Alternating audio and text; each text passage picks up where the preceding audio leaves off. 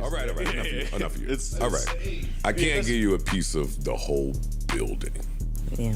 Or, I mean, you could. It just have to be a very small piece, probably. Everybody. There is no such thing as a small piece. Yeah. 1%. Half of 1%. Yeah. 0.0001%. Damn, I'm Billie just looking Eilish. over here. I'm just looking over here. Taylor Swift, Coldplay, Elton John. Oh my God. Like Lady Gaga. You're not getting. Yeah. Elton John makes the most, right, on tour. He makes a lot. Yeah.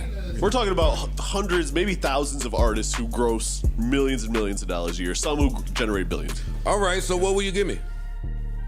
Some money. Same thing we gave you last time. No. You can get some money. That's what we always going to give you. This is the conversation that Hove has been saying. They will let you run the checkup, but you're never getting leverage. Yeah. This is what he's been saying. Mm-hmm. So I'm leaving. I hear him, Right. but So now I want to leave. I think Well, slow down. You want to leave. wait, y'all think Drake doesn't have leverage? Not a stake. I think Not that type of leverage. My personal opinion, I think that they saw this coming.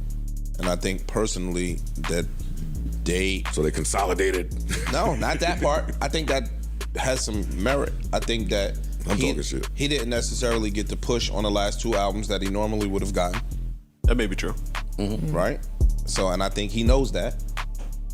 And I think that if I want to devalue you, right? Because again, this is all speculative, and this is all. If I want to devalue you, then I have to start somewhere.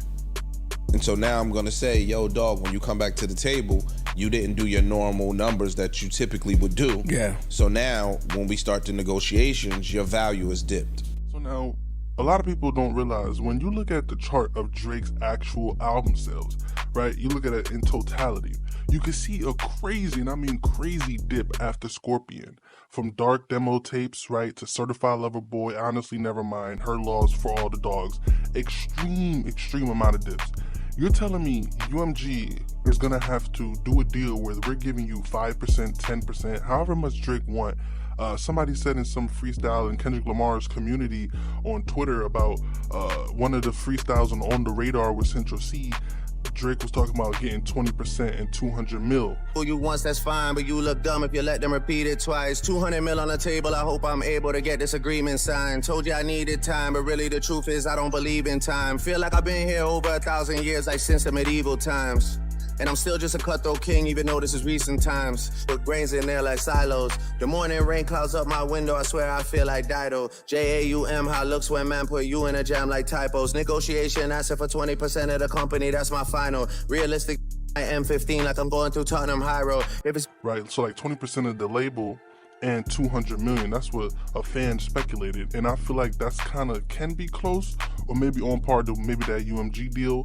But the only reason why he would take 200 mil in some people's eyes is because of the 20% that he'll get from actual UMG, which is absolutely insanity. So you guys gotta understand, I think Drake is a bad gambler, and I feel like his bad gambling has exposed itself within his business tactics, with the way that he does business. He took a huge gamble, right, when he started doing, I guess, the 2020 deal, whatever deal that was before or after Scorpion. He took a huge gamble. I'm like, all right, boom.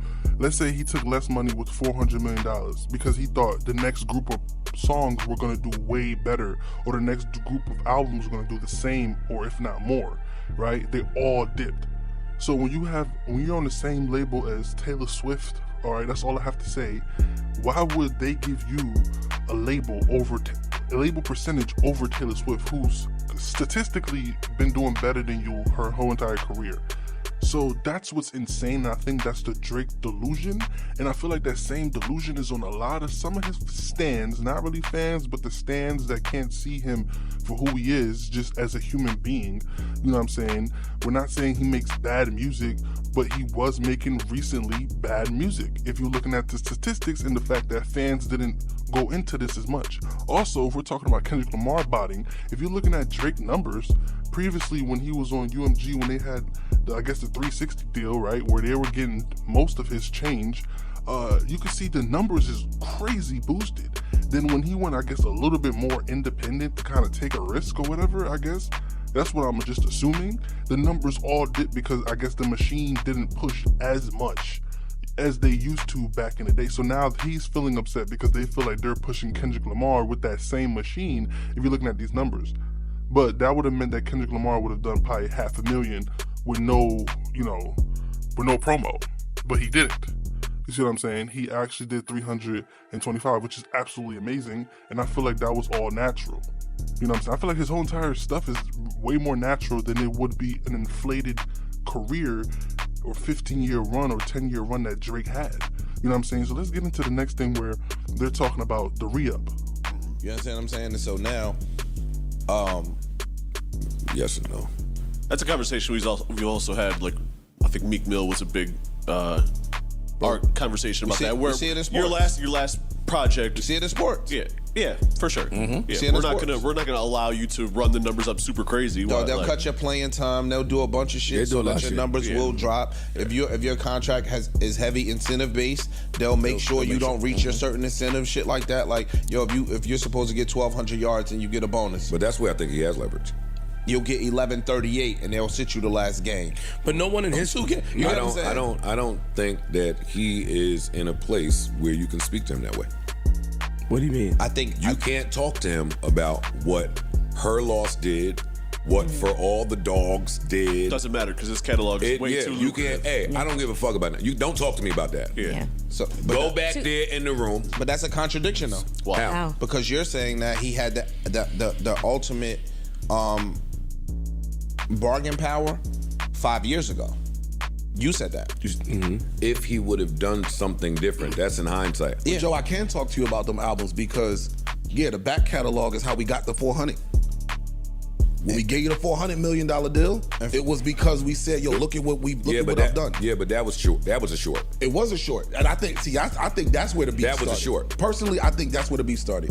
I took the short in anticipation of we're going to get it right on the re-up. And now it's time for the re-up. He should have took the short. I don't think but so. That's still a life-changing. But people do. You can't scoff at 400 mil. If you want to take it, take it. But I think that was a short. Of course, but I think it was a short too. But I think we cool. So I've been selling you on, we cool, we building something. I got you. That's the other mistake, by the way. Yes. I got you. That's a big mistake. And it happens all the time. But do you think that he considered it a short? I think he thought he was making deals with his peoples. I think he definitely considered it a short because I think he looked at what he's done over the course of that time. He learned something after he signed it, or that Johnny Blaze text wouldn't have went like that. Where he said, let me get out of this slave deal, but that was talking about touring. I'm just saying he learned more information after he signed that deal. That's what I said. I said that, once he started getting privy to, niggas were cursing me out all week in my shit. Like, he got all the information in the world. No, he don't. He don't have all the information in the world. Just because you got money, that don't mean you have information that comes along with the money. He never had a reason to go seek for more information. See, I'm holding him accountable for some of that stuff, though.